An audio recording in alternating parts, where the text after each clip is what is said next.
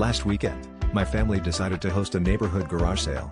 We had the usual assortment of old furniture, forgotten toys, and dusty books. My grandpa, who is famously known for his corny jokes, decided to join us. He set up a small chair in the corner of our driveway, armed with nothing but his trusty old megaphone. The plan was simple: keep Grandpa entertained so he wouldn't wander off and start rearranging the neighbors' flower beds. But as it turns out, Grandpa had a plan of his own.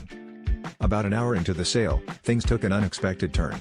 Grandpa stood up, tapped his megaphone, and announced, "All right, folks, gather round. For the next hour, I'll be auctioning off my finest jokes. Highest bidder gets the punchline." At first, people chuckled and went about their browsing. But Grandpa was persistent, launching into the setup of his first joke and stopping just before the punchline. Curiosity began to spread, and a small crowd gathered. Bob from 3 doors down shouted a bid of $1, and to everyone's surprise, Grandpa delivered the punchline with gusto.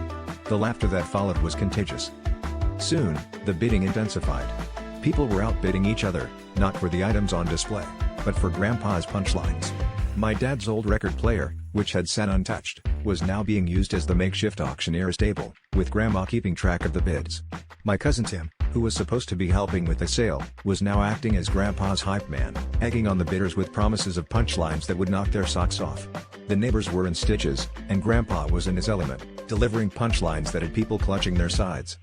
As the auction reached its peak, Grandpa cleared his throat for the final joke of the day. "All right folks, this last one's a real knee-slapper. What do you call a fish with no eyes?" The crowd was silent, eagerly anticipating the culmination of the afternoon's hilarity. With a triumphant smile, Grandpa delivered the punchline, FSH.